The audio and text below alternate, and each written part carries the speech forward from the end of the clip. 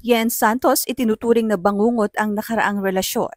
Ibinunyag kung anong klaseng tao si Paulo Contis. Matapos nga ang ilang taong pananahimik ay binasag na ni Yen Santos ang kanyang pananahimik patungkol sa huling relasyon kung saan nauwi rin sa hiwalayan. Bagamat hindi nga pinangalanan ni Yen ay alam naman ng publiko na si Paulo Contis ang huling nakarelasyon niya.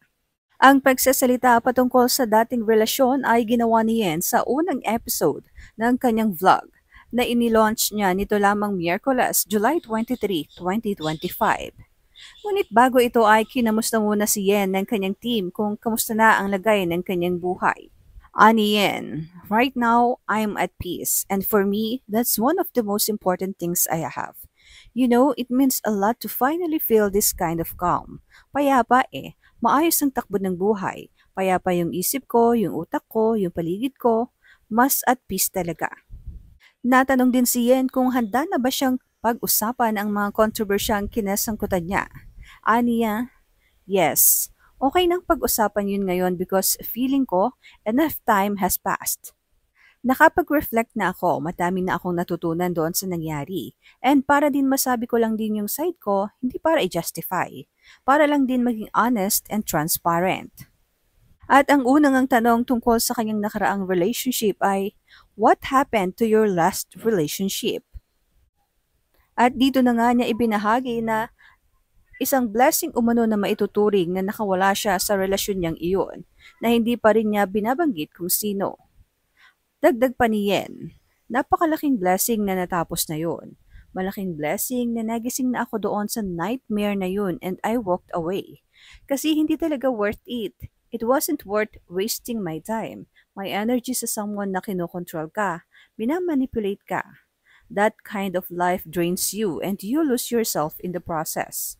So, hindi mo gugustuhin talaga yung ganang klaseng buhay. And minsan, the most powerful thing you can do is walk away and set yourself free. Piliin mo yung sarili mo talaga.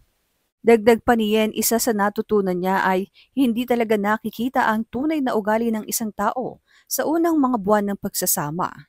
Aniya, sa una kasi hindi naman yan magpapakilala eh. The person I met in the beginning, that wasn't really him. The one I saw in the end, yun talaga siya. Siyempre sa una, hindi naman yan magpapakilala ng totoong pagkatao nila eh. Kasi gagawin nila lahat para makuha yung loob mo. Tapos kapag nakuha na yung loob mo, unti-unti na yan. Doon na nalalabas yung totoong pagkatao nila. And siyempre, ako din sa part ko. Nahulog ako doon eh. Naniwala ako sa lahat ng mga pinakita noong una. Kahit gaano ko ginajustify dati na, okay naman kami, masaya naman kami. Pero you know, deep down, may mga taong nasaktan doon sa maling choices mo and it was wrong. Para sa akin, yung ganong klaseng tao, matatauhan ka talaga kapag ganoon ka tinatrato. At ngayon, mahalaga, you know, tapos na. And mas maayos yung takbo ng buhay ngayon. Ibinahagi rin ni Yen ang mga red flags na natutunan o natuklasan niya.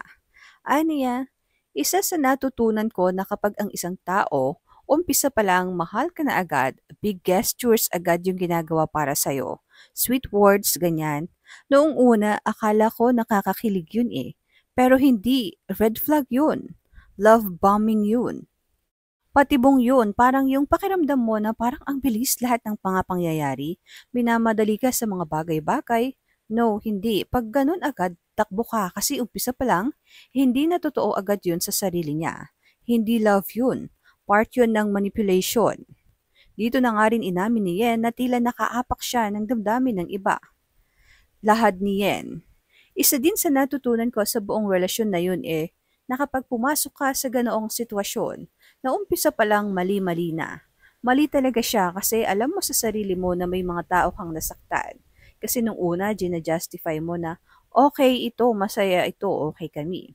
Pero meron kang part sa sarili mo na, hindi kasi alam mong may mga nasasaktan.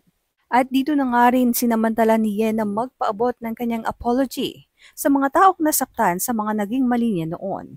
Aniya, para po doon sa mga taong nasaktan ko noong mga panahon na iyon, I am so sorry.